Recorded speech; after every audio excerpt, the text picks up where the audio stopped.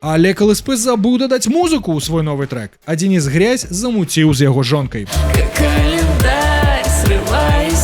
Давайте параўнаем треки, якія выпусцілі ЛСП і Грязь. Абодва чувака даўно знаёмыя, можна сказаць, з адной тусоўкі. І абодва выпусцілі недаўна калабы з дзяўчатамі. Ты забрал энергию земли, туда ее и пусть. Олег ЛСП фітануў з Міріэль. Магчыма, у TikTok вам траплялася яе наіўная песня пра скінь коцікаў. Лірычна іх агульная песня «Вернись домой» мне спадабалася. Вокруг меня стая русалок, ты одна дома осталась. Тут вельмі класныя вобразы пра русалак, сірен, моряка, які вось зараз нагуляецца з русалкамі, здабудзе іх скарбы і адразу назад у сваю лачугу, у жонкіны сіські. Разорву круг женщин, отберу у них жемчуг и вернусь домой. Але музыкі ў гэтай песні няма.